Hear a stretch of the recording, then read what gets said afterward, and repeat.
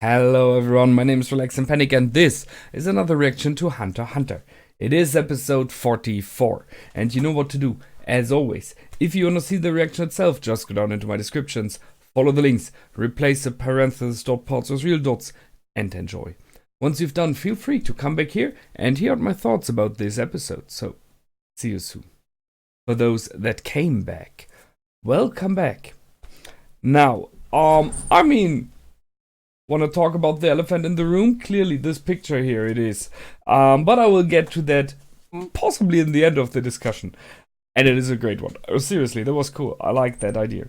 However, we start off with this, kind of big fight, but short one, between 4 members of the, I always want to say Shadow Troop, which is not correct, Shadow Beasts, and only one member of the Phantom Troop. Possibly one of the strongest members, I guess. At least when it comes to a direct fight, direct confrontation. Others have different abilities, you know, cleaning up, as example. But still, there were 4 against 1, and still he managed to be the one that is left to be the winner. It was impressive. It shows that he has a lot of abilities, and it shows this idea that we had in the past when it was about Nen. You do not only have like one ability, you have to train, you have to adapt, you have to learn multiple ways to use what you are capable of. So it's not only about, as here, being strong or being tough, having the ability to do additional stuff like spitting. Will help a lot. Who would have thought? And I was close to it. So we got the surprise attack by Worm, which, well, kind of in many ways shows the strengths and the weakness of Worm. So I'm not sure if he's dead now. It seems a bit like, but in the end of the episode, he was in talking on the phone, but then he just fell down. So maybe he's still alive without one arm. And they will be able to save him, but I think it is very likely he is dead already now. So he surprised Uvo by coming out of the ground behind him, and thus was able to land a direct strike. So yes, in many ways, in many fights, a surprise attack is a cool thing. You know, in like every game and whatever you play, surprise attacks do additional damage, and I will give that it might be as well. But what he underestimated is how tough Uvo is. So if you see that bullets don't hurt him, I'm not sure if they saw that, but we did in the beginning. Why shoot a fist, right? So he broke his own hand by hitting Uvo, and that shows, in my opinion, the weakness of Worm. He has this underground, this tunnel ability, but he is not a real fighter in that way. Sure, he could possibly beat like most of the other Nen users that we know, but still, he's not a fighting type. He's surprise, and what we've seen then, he is good at being able to keep your opponent pinned. So he took his arm and pulled him into the ground. And I mean, they showed it like there was a cave in the ground then. I don't think that's the way it works, because then his arm would be just inside the ground and he could just have lifted the arm with Worm up again. What I guess is that he kind of merges with the ground, thus the arm of his enemy is stuck in stone, kind of, right? So, and if Uwe would have pulled out, he would have possibly had to pull out a lump of stone in the size or more of Worm, which is a lot of weight, which is not easy to do, especially in the position he was in. He was lying on the ground, so he wouldn't have had the strength. I think if anyone could have done that, it would be Uvo from what we've seen. Why not? I mean, he was shown as being strong. I could have seen that. But instead, we saw his first real attack. The Fist of Destruction, Big Bang Impact. I wrote that one down. That is, as one other member of the Phantom Troop just said, it's nothing special, you know. It is just a straight right with a lot of power. But the lot of power, the amount of Nen is just massive. So he created a hole inside of this fighting area. And it looked like, I mean, we've seen that the arm of Worm was ripped off, so it looked like Worm was completely disintegrated, but we've seen he was still there later on. But he took a hell of a lot of damage, lost one arm, and I think he's bleeding to death or whatever. I'm pretty sure. But then he's a worm, so we don't know. Worms are known to, if you cut them in half, they can replace missing parts and will live on. So maybe he will be back. It would be a nice secondary ability to warm away. Then we had Porcupine. And in many ways, Porcupine was like the perfect counter for Uvo. So this ability of using your body hair to cancel your opponent's strength because you cannot reach the enemy because you're always stuck in his hair, and being able to manipulate it if it is hard or if it is soft, and as it seems being fast enough at doing it, adept enough, makes him like, you know, like a rubber ball. You cannot really, I mean, it's a punching bag in the end, right? You can hit a punching bag in the gym and it just comes back. You cannot really hurt it unless you're like, I don't know, destroying it. But for Porcupine that wouldn't have worked. So he is like the perfect counter if Uvo would only be using physical attacks, which he was very much. So he was the perfect counter, but he did not really fight back in any ways. So he was just there to keep him restrained, which is cool as well.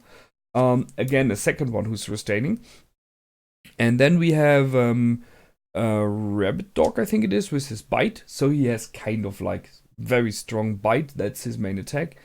Strong enough to even get through the skin of Uvo and inserting a toxin that tranquilizes. So third time a restrainer. We had the third character with restraints. And the one that in the end is about to kill or should kill is Leech, who then on the tranquilized and restrained enemy just puts his leeches in, and then they just wait for the enemy to die. Which, by the way, is a really... seriously, not the nicest way. So, we had three characters who are mainly for restraining. I mean, you could argue that Rabbit Dog, very likely, could kill you as well. I mean, he did go for the shoulders and everything. If he would have gone for, I don't know, like the throat or something like that, that might be deadly. But he didn't. So, I mean, they were the first in the spot, so I guess bad luck. But if we see other characters later on from the Shadow Beasts, which we will likely do, that are really good at fighting and at direct attacks, right? They are weakened by the fact that they already lost 3 of the characters that restrain an enemy. And that would have been an option to possibly take out some members of the Phantom Troop. But, you know, divide and conquer, as was a very old saying. I think it was Rome, I'm not sure. Divide and conquer was in the idea of if you have a group of people, you divide them, they are easier to beat. And we've seen that. Uvo in the end was beaten here as well. Beaten kind of because 4 people did something in the beginning, and the one that was able to use it was Kurapika, number 5. And for the Shadow Beasts, 4 of them went in, each of them kind of single, right? They did not attack combined really much, which is a hard thing to do. You have to train that. And they were taken out one by one, and the additional 6 members we are missing now thus are weakened because they lost comrades who would have been helpful in a fight. Tough luck.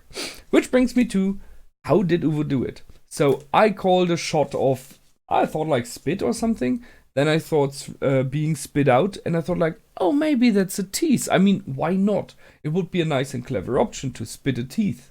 But it was a piece of skull from Leech. Which, by the way, that was a bad mistake by Leech, right? You cannot move everything except your head, and you go into the range of his head and bite. Yeah, kind of called for it. I didn't see it coming. That's not it. But, yeah. That was his own bad, and there was a really strong bite. In many ways, he is like an animal, right? So he spit out a piece of bone from Leech, which he seemed to have swallowed and then just puked up again. And one shot the rabbit dog, who even tried to block it with his hand. I've seen that. So there's a lot of force behind it. It's just, I guess he's improving it with Nen so that it gets even stronger to block, harder to block, I mean. So, and that was kind of easy. There you see the difference in power. You would guess that if they are at least kind of close to his abilities in Nen and his strength, they should be able to, with their Nen, block at least a bit of the damage so that they are not killed instantly. But that just went straight through, seriously. So, completely different level here. And for the last one, the Scream, yeah, well, okay. In many regards, as I said, he's like an animal. He's strong, he's fierce, he's very tough. He is able to swallow, puke up stuff again, which is not really so thing. He's good at spitting, and he's roaring like an animal. So it's all a package, right? It fits together. And that was a nice little fight, although very one-sided in many regards. And you always have to see that the other members of the Phantom Troop are like some feet, just, I don't know, some 100 feet away. So they're looking and watching and commenting on the fight, playing cards while doing so, and are like, you say if you need a hand, we're okay here, right? Okay, yeah, don't interfere, I'm having fun. I'm a bit restrained and they want to kill me, but yeah, all is fine. What the heck? So that was great. They did not really care much about it. If it would have been really dangerous, possibly they would have interfered, I guess. So they were about to heal him and to take him away. So suck out the poison and everything, which will be a problem now because he's still poisoned and has the leeches in him. And it was about a day, right? When Kurapika wanted to jump in. So first thing first, nice melody. So I think it is kind of like the counter to this Dark Serenade we talked about 2 episodes ago, which I still love. It's such a great background story.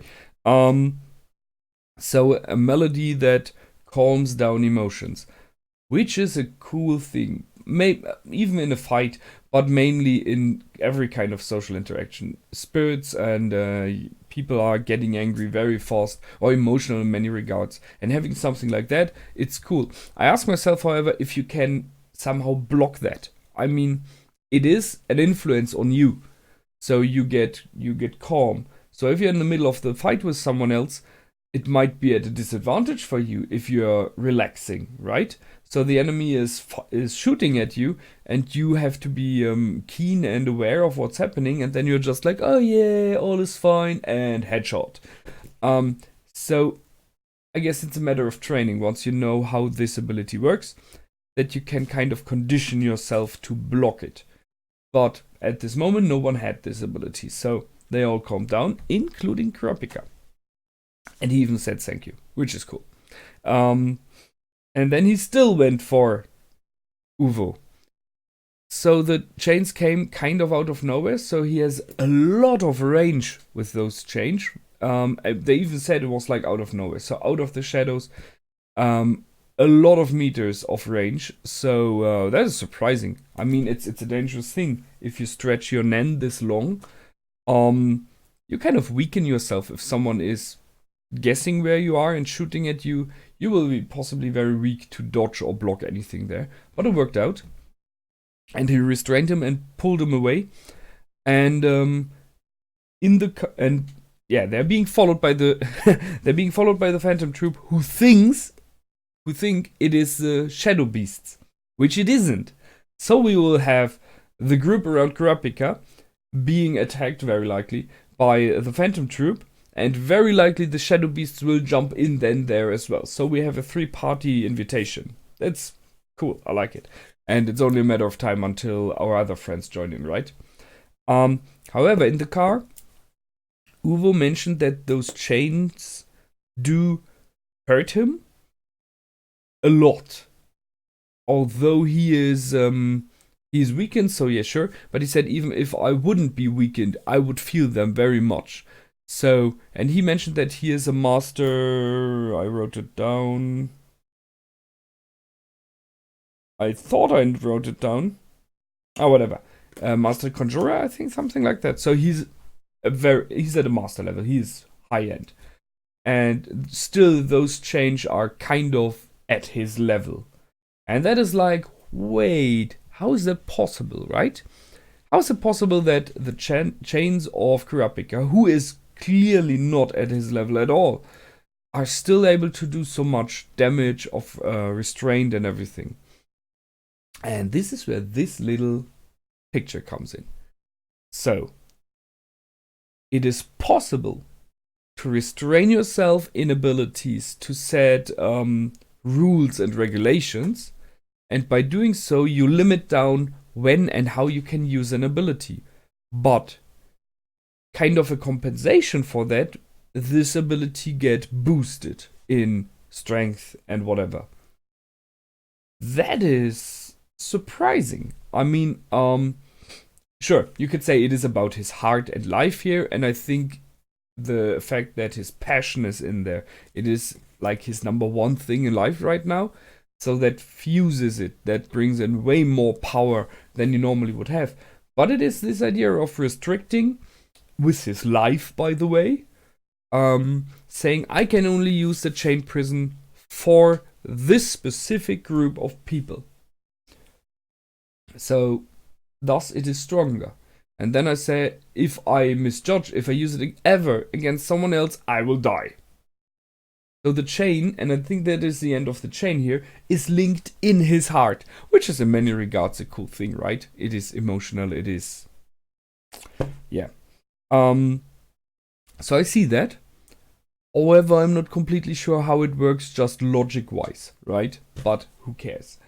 But what does that mean? Let's say you have an healing ability, and you can heal everyone, right? And it just is pretty weak. So it's like, oh, you are bleeding a little bit, I can do something, but not more. And then you restrain and you say, no, I will only use this healing ability for the person I am guarding right now. So I'm like a bodyguard, right? I only have one master at a time, and I cannot change it like that. I have to have like 1 year, as example, between new masters. And I will only use this healing ability for this one person. Does that mean this healing ability then gets boosted immensely and you can heal like lethal damage or stuff like that? Because that's what it feels like a bit.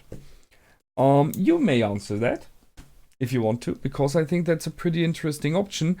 If you are creating new abilities, you could increase your own power and your fighting abilities or whatever abilities by limiting and specializing, right? So if you're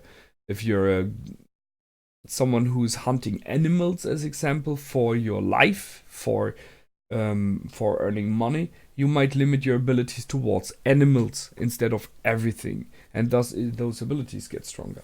That would be interesting, because it would mean that someone who's specializing even further gets more competent in this one specific direction, but weaker in general. It's a nice thing. I like it. So, next time we will very likely have a face-off. 3 groups, I guess. And I'm waiting and really interested to see how the others of Gon and Kilo and Leorio are joining in here, because I'm still missing them. So, that's it from me this time. Until the next time. Very good. Feel free to comment, like, and subscribe. My name is Relax and Panic. Goodbye and out.